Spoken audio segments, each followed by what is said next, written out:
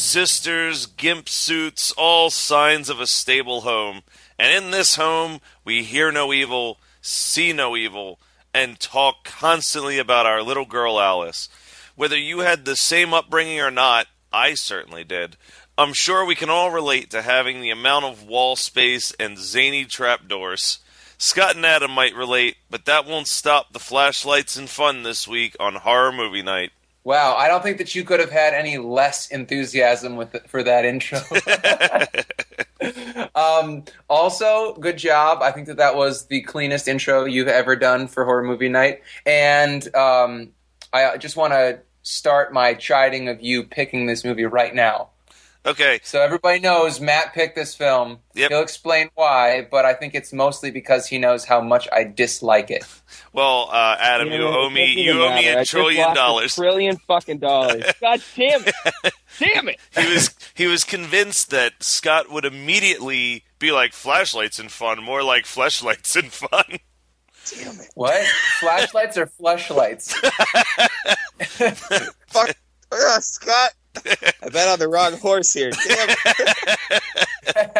it. Always bet on me. Wait, no, never bet on me. All right, so I can get into why I picked this movie. I've wanted to pick this movie for a really long time, and then I found out that Scott hated this movie, so I'd keep putting it on the back burner. But that's very sweet, but you should have put it on the front burner because it would probably make for a good episode of me just railing on this film. Well, and here's the thing. So I always kept putting it off, and then it came out on Blu-ray, and I got a copy of the Blu-ray to review, and it was the first time I'd watched it in a couple years, and I forgot how truly batshit crazy the movie actually is, and that's when I was like, you know what? This actually would make for a good episode, because this shit is crazier than I remember. And I remember it being pretty goddamn crazy. Listen, these are all great excuses, but I know for a fact that you and Wes Craven saw each other at a Klan rally. And you're both like, oh, well, we're vitriolic, racist pieces of shit. This is one of the most racist movies I think I've ever fucking seen. This movie is not only racist as fuck, it's also got incest and class war. So, I mean, really, it's everything that you could hope for a Horror Movie Night podcast. So here's my question, though. Do you think that the movie is just straight up racist, or do you think that it's trying to say something and it fails so badly that it comes off super racist? Okay. Yeah, it's not that it. I mean, we get it. We get what Wes Craven, who was probably a pretty normal stand-up guy, was trying to do with this film, but he just missed the mark by about 10,000 meters, which I don't know what that is in metric, but 10,000 meters must be like a kilometer or something. But anyway, so anyway, yes, this movie is supposed to be making a statement about race and class inequality. And I think religion, too, because of them being incest, like the brother and sister being an incest family. But it just is such a poor execution of...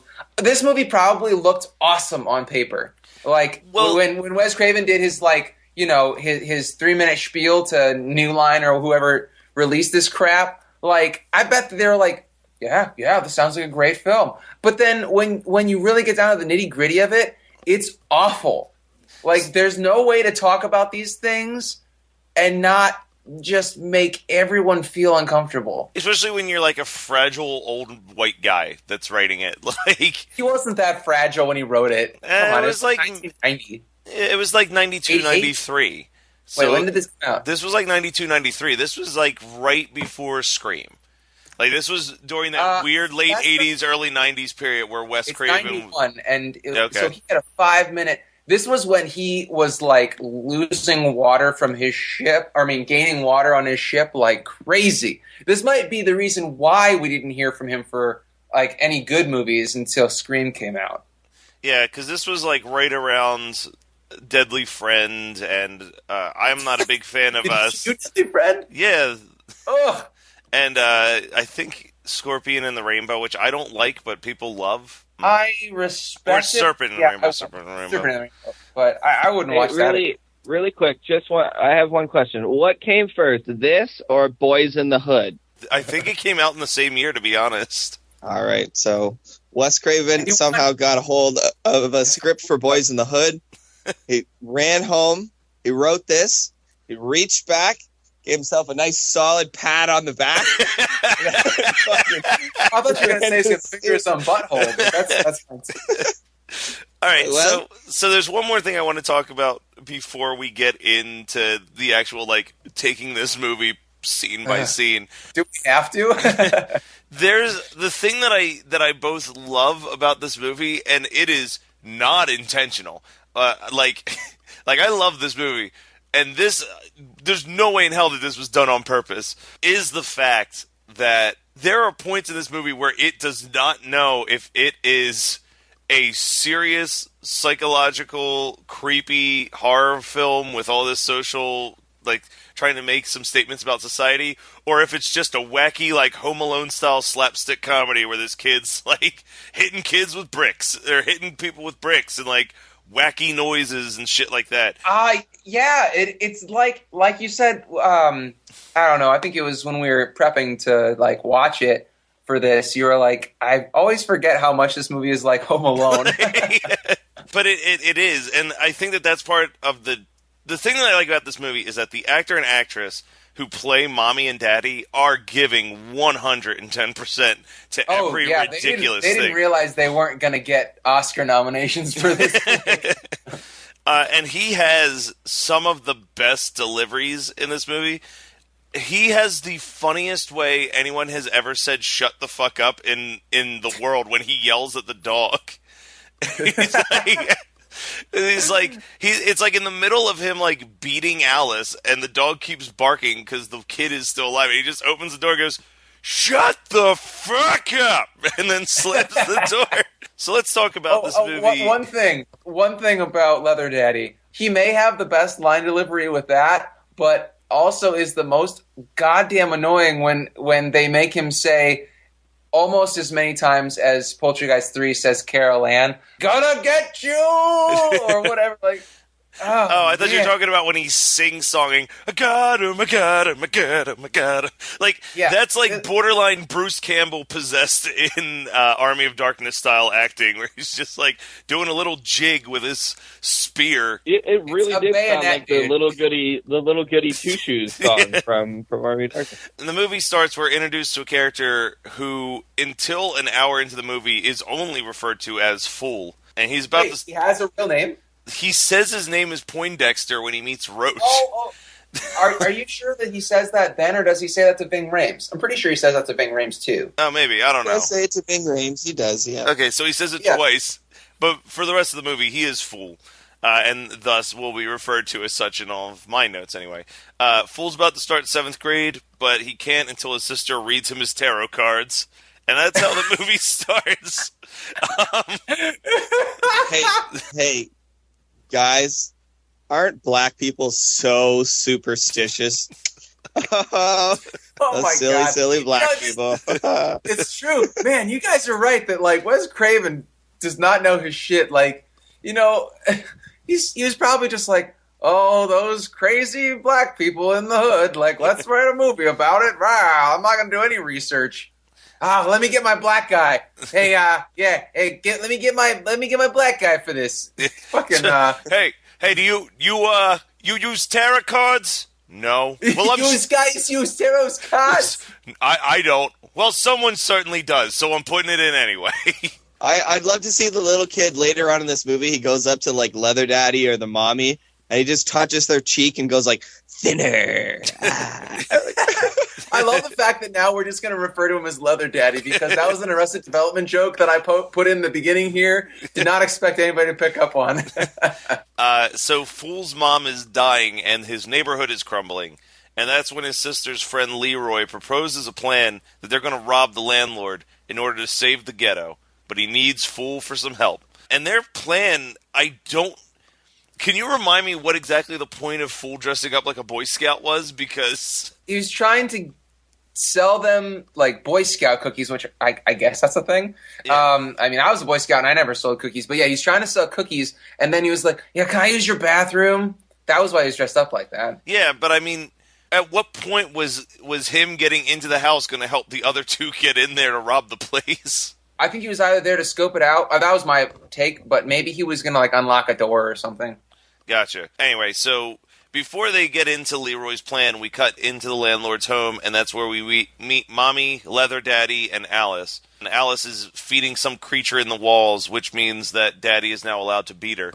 And that pretty much immediately sets you up for what you're in for with this movie, which is, as Adam and Scott have already pointed out, racism, lots of horrible, horrible shit, and occasionally wacky comedy. It doesn't mesh at all. No, there's no flow between it. It's so poorly planned. So since Mom won't let the fool into the house, it's up to Leroy's friend Spencer to get in, as he poses as like the gas man or something. He's like, it's like, well, we don't have that here. He's like, well, I mean, most people have it and have no clue that it's even in their house.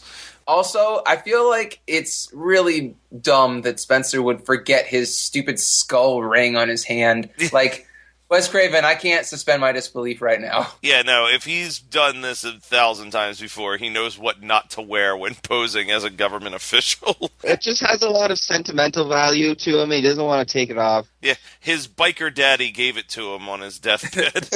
Biker daddy versus leather daddy, fight! But yeah, Spencer's in there for a few minutes, and that's when Mommy leaves, and that causes Leroy and Fool to try to break into the house and find him. Which, my favorite part about this is that Mommy leaves, and Leroy's thought isn't something bad happened to Spence. He's like totally buying the idea that this chick's just going to leave the gas guy in the house by himself. But he's like, that motherfucker's going to take all the gold and not give any to us. So then they get in the house, and this is where this movie fucking cranks it up to 11 with the insanity pretty much immediately. Because this is when the dog starts attacking them, and all of a sudden Mommy and Daddy both come home, and Leroy gets shot while Fool hides, and from that point on is just running around in trapdoors and walls, and a guy with no tongue, and all types of crazy shit. All starts happening almost like the second that Fool is the last person in the house. Yeah. Also, I like the fact that Spencer's hair goes white from fright. Like, that is the most ridiculous. I mean, okay, hearing the title of this film, The People Under the Stairs, it sounds so terrifying. But then the reality of it is so goddamn lame. They all just want to help and, like, get back at their captors, but they're scared of their captors, and then they have a knife and they want to kill them. So, yeah, okay, like, maybe upon first viewing of this in 1991, test audiences were like, yeah, I can believe that this hardened criminal died of fright and his hair went white. But it shows his hand. And there's like massive trauma and bleeding on his hand. I thought that was just because they were trying to eat him. Yeah, because the people under the stairs are cannibals. Well, that's kind of my point, though. The kid's like, he just gone and died of fright. And I'm like, well, no, he did have like a pretty massive physical injury on his arm there. Like, no, I think that happened after he died. I don't know. Maybe his hair went white because he was terrified about being eaten alive. That'd be pretty goddamn scary to me. I'm just saying. I think that this also has an animal rights angle to this film as well. So, boom, Wes Craven back on my good list. Yeah, I don't know though. I was worried because Fool punches the dog square in the face in a scene, and it's fucking hysterical. I have never felt so conflicted about a dog in a horror movie in my life. Yeah, because you hate when dogs die, but I'm pretty sure you were okay when Daddy accidentally killed that dog. Well, because that dog was a dick. That dog was a bastard, but then at the very end, he was like, oh. Also, that bayonet was like 18 inches long. It could have easily gone through the dog and Fool. Very easily. Also, did anyone else think that the people under the stairs just look like the members of Ugly Kid Joe? Because that's all I can think every time I saw them down there. Their pale skin and their flannels. It looks like if somebody threw a bag of flour on the front row of an Alice in Chains concert. No. That's just the heroin that the bag of heroin that actually exploded. Okay, so basically, Mommy and Daddy find out that Leroy wasn't the only person in the house because they find the Boy Scout uniform in the truck. And then, like, It's as soon as they find that Boy Scout suit that we are introduced to Leather Daddy. Like, he is just stomping around in leather gear, shooting walls, trying to kill a monster, who we later find out is just like, I can't remember what else he's in, but I've seen him in a fucking 1,000 goddamn movies. Sean Wellman is his name. I looked him up on IMDb when I was rewatching this crap, and I was like, oh yeah, dude, I remember you from these movies. It's all slipped my mind. All I remember is that he's in the FP. He plays the chick's dad in the FP. Oh my god. Incredible. Yeah, he's come a long way. Actually, I feel like he's been doing the same quality of acting, and he probably has the exact same agent as he had in 1991 when they put him in this piece of shit. But the FP's awesome. Well, with gums like those, your acting range is limited, right? Like, yeah, if you're not conventionally attractive, you're not going to be on like Supernatural or anything. So one thing is that like Roach is a crap character. I can't care about it at all. Yeah, that's your gauge of like quality. It's like, well, I mean, he's good, but he's not supernatural good. Like, you're like, I'm just hoping go-to for like quality attractive people is a show where the two main protagonists are men. You're like, yeah, because we're talking about a man. Like, guys may be mentally incapable of understanding what I'm getting at here, or you may just be putting words in my mouth. Well, it's better than some of the other stuff you've been putting in your mouth. But you know what? The two main characters of Supernatural would put in your mouth. So, Mommy... No, I don't want to go back to talking about it. How is Fool okay with Roach playing around with that dead torso in the basement? He's just like, it scares away the rest of the people on the stairs, and he waves at him with it, and then throws it on the floor. That's a dead body. I think Fool understands that this motherfucker has no tongue and has been living in a wall for a couple of years, so I think he's like, you know what, his idea of good and bad humor is different than mine. But here's the thing, is that, like, everybody is super damaged in that house, especially the girl, whatever her name is. And Alice, thank you. Alice would probably be way more damaged and not able to, like, know right from wrong or be able to be put into polite society after the events of her entire life. And finding out her parents were brother and sister. Yeah. Like, beyond the mental retardation that you would probably have. Well, she's not their real daughter. Oh, that's right. Oh man, that's even worse. Man, this movie's awful. But the one thing that in any other movie I wouldn't buy, but in this one I do, is the fact that when there's that point where they could escape in the middle of the movie, Alice freaks out. Because, like, that to me does make sense. Like, if you had a person who was basically held captive in this house and had never left that house before, and you're like, look, jump out this window and we're home free, I think they would be like, I don't know what's out there. Like, that's like the one thing that I think Wes Craven got right, where I'm not like, oh, that's stupid. Like any other movie, if it was just like random teenagers in a house and a girl's afraid to jump out the window to escape, I'd be like, you're a fucking idiot. Jump out the window, escape. That's a little too deep for the horror movie night. Mommy's... Also, Scott, you're worried about her rejoining polite society? Well, Wes Craven's got you covered, because don't worry, she's going to go live with the black people instead. So that's not polite society as far as Wes Craven's concerned. I understand that you're being pretty tongue-in-cheek right now, but if somebody were to just cut that one line out of context, they would burn us alive. Jesus Christ. For those of you just tuning in, I have a picture... my apartment is covered in pictures of Wes Craven and Nazi memorabilia. That's what I got going on over here. Why don't you put some brothers on the wall? Party. Yeah, I'm a member of the Nazi party. Right. Oh, God, are we quoting Tusk? God, no. There's I don't know. There's so much shit going on. So I guess they're feeding people to the people under stairs, but they're also feeding people to their dog, because there's that scene also, which also leads to the dog burping up Leroy's ring, which... It's ridiculous. That was the only enjoyable part of this movie, I think.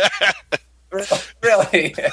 This is when we find out that the people under stairs, as we've already established in this podcast, are kids that Mommy and Daddy had kidnapped and tortured, and the monster in the walls is Roach, who is one of the tortured kids. He escaped from the basement and they cut off his tongue. Fool manages to escape at this point. I'm trying to think if there's any more.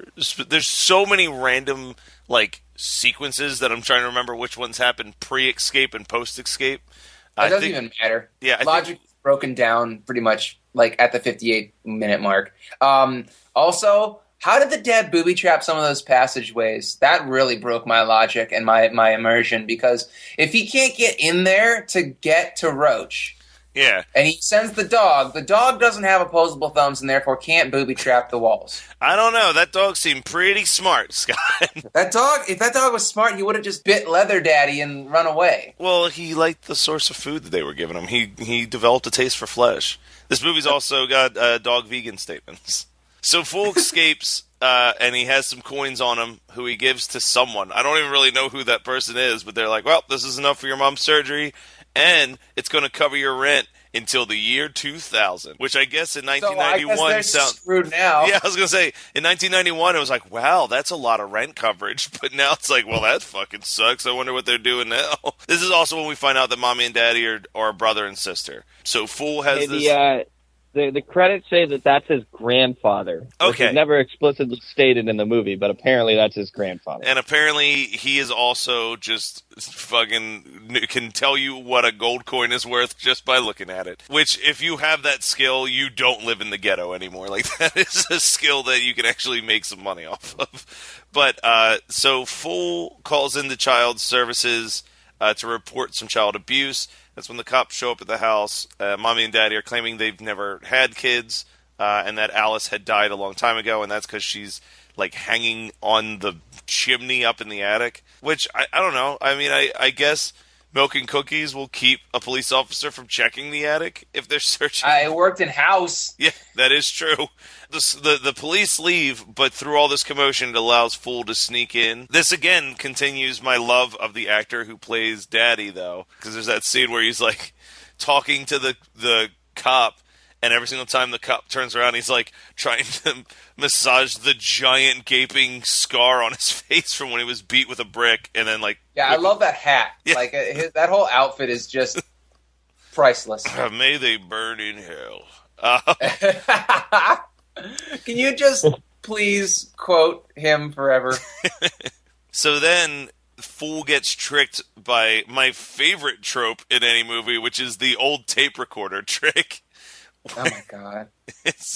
It shows up in so many movies and it never makes sense. People just sit down and record this shit just in case they need to do a sneak attack. This was really, really super, super specific as well to the situation. So they must have recorded this literally 30 seconds before Fool got up the stairs there. Yeah, or well before the cops showed up. Because let's look at this from a time frame of when Fool jumps out the window.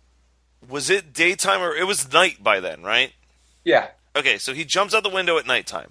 He runs back home. His grandfather tells him the information. He calls the cops. The cops show up. He gets back to the house. In that time frame, they've recorded this tape recorder, and he's filled the entire lake with glass and weapons so that he can't go out through the window again to escape.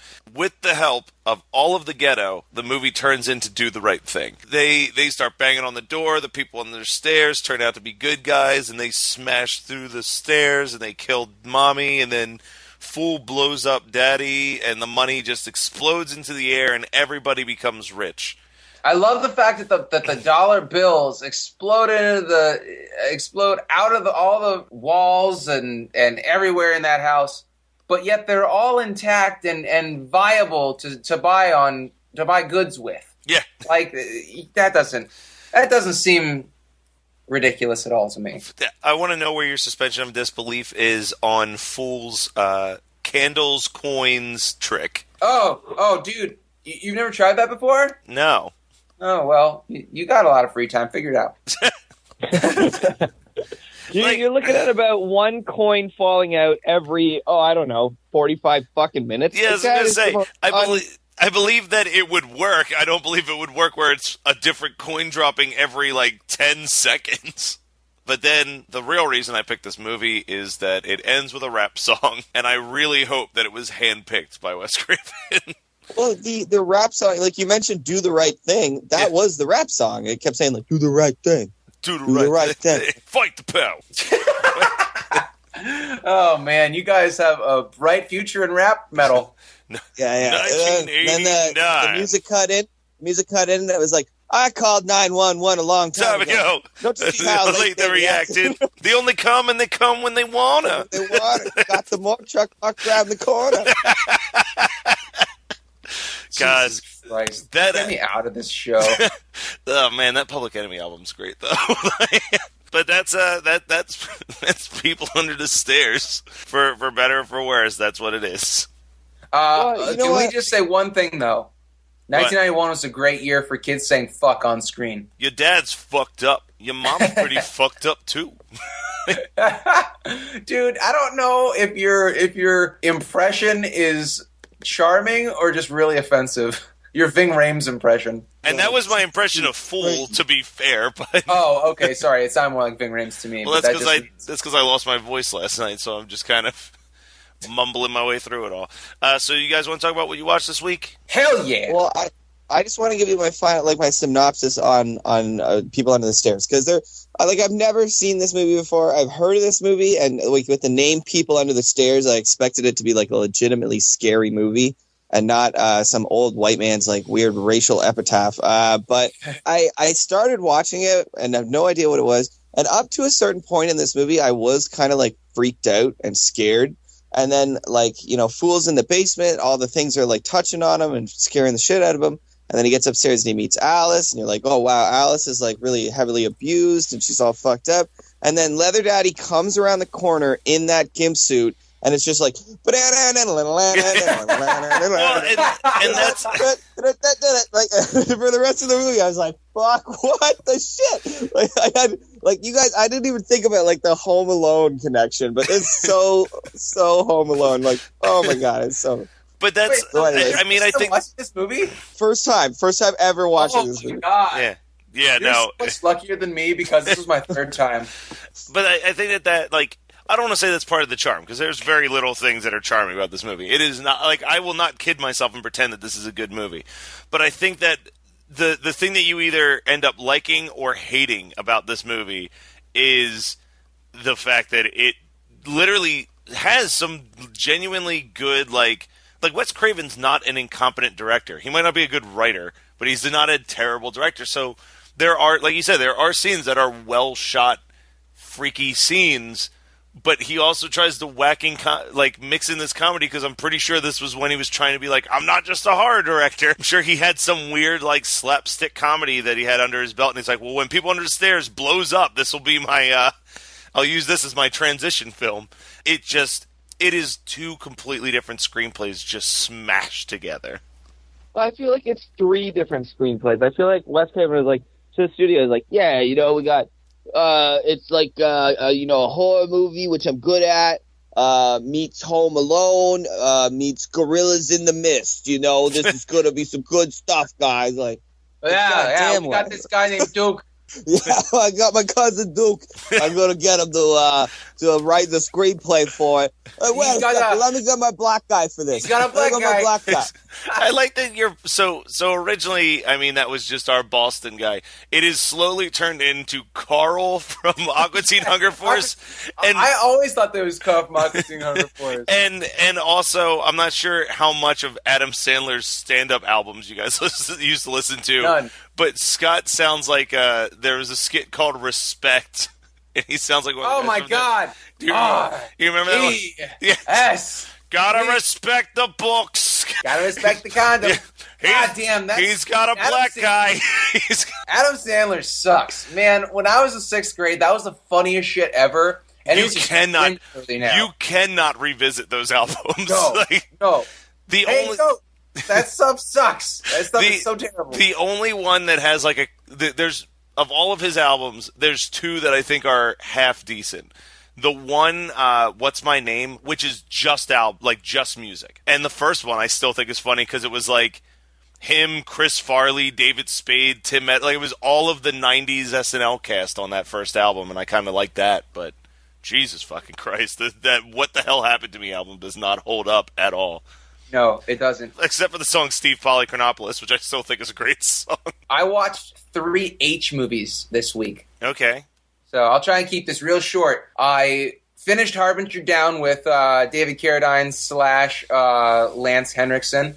That was the movie that was made by the effects team that did The Thing remake, which was actually the prequel from like 2012 or 11, I think. They kickstarted it because they were upset with the way that the special effects were covered with CGI in the final product of The Thing prequel. It's not very good. It's very low on plot, and acting is terrible. The concept is just basically The Thing, and the special effects aren't as good as I was expecting them to be. Like, they must have had a problem with getting enough funding, but I wouldn't recommend it to anybody. It's on Netflix, and it's not great. It's not really anything new, and the creature effects aren't great. But then I watched House 2, which was even worse. Yep. House 2 is fucking terrible. I told you, but it has a cute There was somebody on the threads, on the group, that was like, dude, I love House 2. House 2 is underrated. I'm like, no, it's not. It's overrated, if anything. It is bad. I could not give a shit to really watch any of it, not at 2x or 4x speed. Like, it was painful to watch for 20 minutes. But that maggot dog is adorable. Oh, I want one of those maggot dogs, like an animatronic maggot dog, to surprise Megan for Easter. It looks like the glowworms that people used to have in the 80s. Hell yes. Is exactly what it looks like. So yeah, that movie was crap, but I'm glad I can say that I watched it, so I can go on and watch House 4. And then I watched a boob-filled gem called Head of the Family. Charles Band knocking that shit right out the park. It's so bad. No, actually, it's written really well. All right, so I got to revisit it because I remember being super disappointed by Head of the Family as a kid. Well, you think about it as a fucking Full Moon release. This is true. But really, the writing was really fun, and the sleazy guy and the pervy chick are really funny. It's really tongue-in-cheek. Rewatch it. It's not long. It's 1 hour and 10 minutes or something. And probably 10 of those minutes is credits, just so they can say it's a feature-length movie. As far as early 90s Full Moon releases, not that bad. Not the worst I've watched in the last 2 months. Yeah, well, we'll be talking about a Charles Band release next week, So I watched on Netflix because I'd heard good things about it, and it was only an hour and 17 minutes. I watched Creep. No, yeah, Matt. I actually like those guys' films. I thought Baghead was okay, and I really love Jeff Who Lives at Home. But this was just bad. It was just... It's a found footage movie. It's 2 guys that there's no screenplay. They improvised the entire movie as they were shooting it. Yeah. And I want to see the movie that they intend it to make. Because everything that I read says that they wrote it as a comedy making fun of found footage movies and horror films. And then when they showed that up. Well, and then they showed it to their friends, and their friends were like, dude, you should just drop the comedy angle and just make it a straight horror movie. So they greatly re-edited the film to remove as much of the comedy as they could. And I'm like, I'd rather see what their comedy was, because Jeff Who Lives at Home was a really good movie that I don't think a lot of people saw. And this was garbage. This was fucking so boring. Don't go on Our Horror and say that, because they will skin you alive. Yes, they will. I will talk next week about another movie that I watched on Netflix that people give a lot of praise to, which I thought was definitely better than Creep, but still not something I'd ever watch again. But the other thing I wanted to talk about was a movie that may be making it onto my list of movies to pick one day. Have either of you ever seen Reptilius? No. Okay. I have no fucking idea what you're talking about. It is a Swedish horror film from the 70s. And it was Sweden's attempt at Godzilla. No. But they had no budget, so Godzilla is a giant wooden dragon statue that they just place in scenes, and everyone's just running from it, but it's not moving. It's just standing there. and it spits acid, but the way that the acid effect is done is that the thing just stands there, and then green slime, like cartoon slime, is drawn on the frame. Oh my god, I'm watching it. It's so fucking bad. So I'm like, all right, this might need to get picked. I think we can have fun with Reptilius. All right, Adam, you want to send us home? What did you watch? Well, my Cartoons. usual regiment of cartoons, yes. Venture Brothers is back, so I've been catching up. Like, I've been watching the new episodes of that. Fucking perfect. Just perfect. It's always worth the wait for Venture Brothers. I've been getting really deeply into listening to Lana Del Rey. That's just what I'm listening to this week. I don't think I can forgive you for that one. No way, man. Well, actually, real quick, because I do want to. Now that you mentioned listening to stuff, I also really got into a podcast recently called "You Must Remember This." Dude, You Must Remember This is awesome. Yeah, you heard the one about the I just started in the tree beginning in Texas.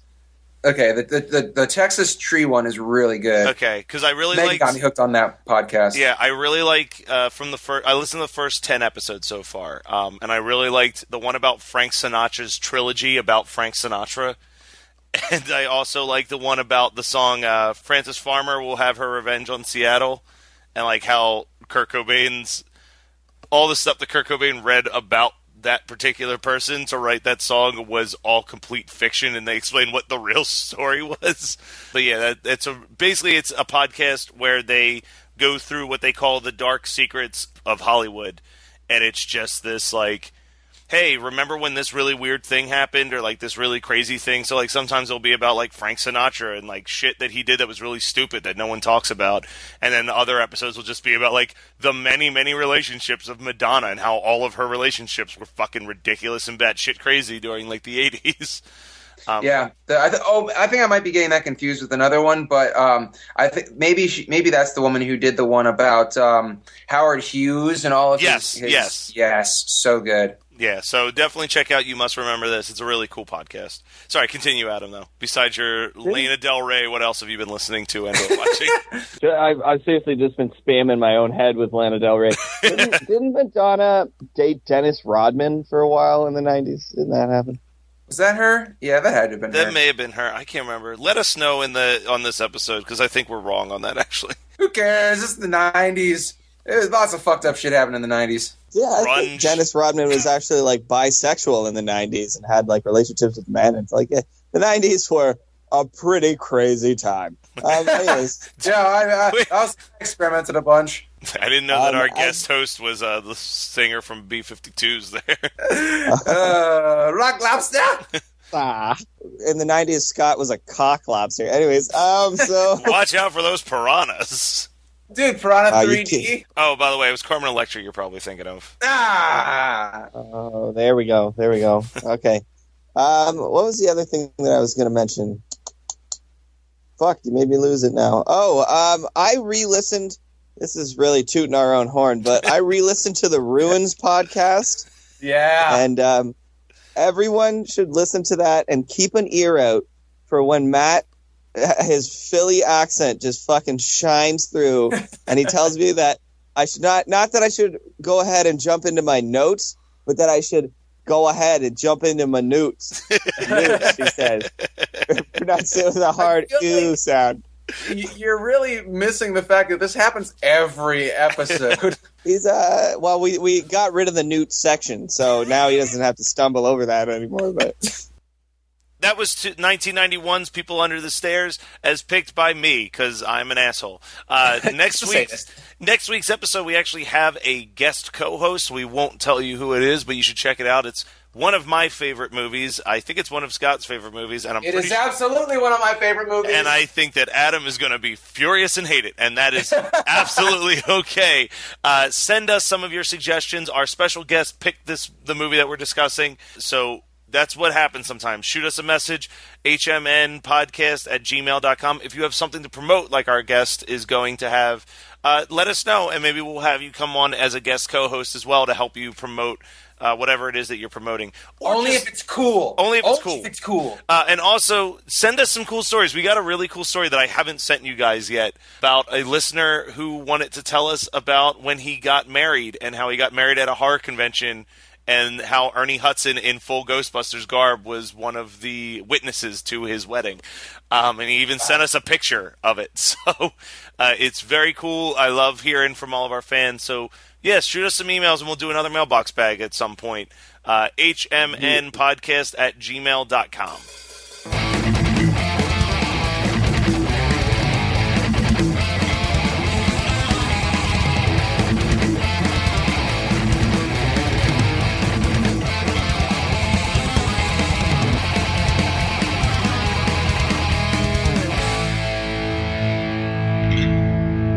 I always thought, I'd have sex with Pink, but I'd be scared the whole time. It would make me really nervous. She's a very intimidating woman. You're listening to the Geekscape Network.